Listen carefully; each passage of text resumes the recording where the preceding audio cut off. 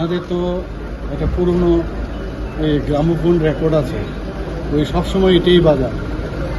আমার অদ্ভুত আজকে শুনছিলাম, আমি অদ্ভুত লাগলো যে ওনাদের যারা কমরেড, যারা কোর্ট থেকে এখন অর্ডার দেওয়ার সুবাদে জেলে আছে, বলছে ওরা কোর্টে গেল, আমাদের কাছে খবর আছে যে ওরা কোনো অপরাধ করেনি। আপনারা বুঝতে পারছেন কি ধরনের রাজনীতি ওনারা করে।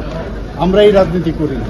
আর বাকিগুলো যেটা বললেন এগুলো আমি বললো মিথ্যার ছয়লাভ। ওরা এগুলো বলবে কারণ মানুষকে ধরে রাখতে চায়, কিন্তু মানুষ ওদেরকে বুঝে গেছে, ছলচাতুরি সব বুঝে গেছে, ওদের কাছে আর কোনো ইস্যু নেই।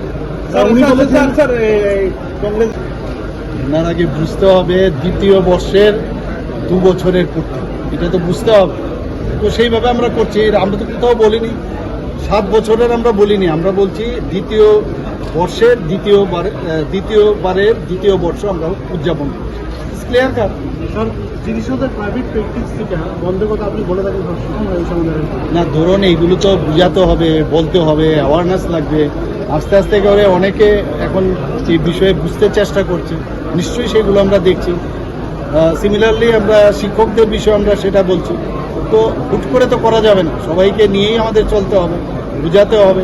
তো তার জন্য আমাদেরও কিছু আর্থিকভাবে, যেখানে কারণ প্রাইভেট করছে কেন, নিশ্চয়ই একটা আর্থিক বিষয় থাকবে বা অন্য বিষয়ও থাকতে পারে। সবকটা মাথায় রেখে আমরা একটা প্ল্যানিং করব, সেইভাবে আমরা আস্তে আস্তে করে এগুলো আমরা চেষ্টা করব যাতে বন্ধ করা যায়।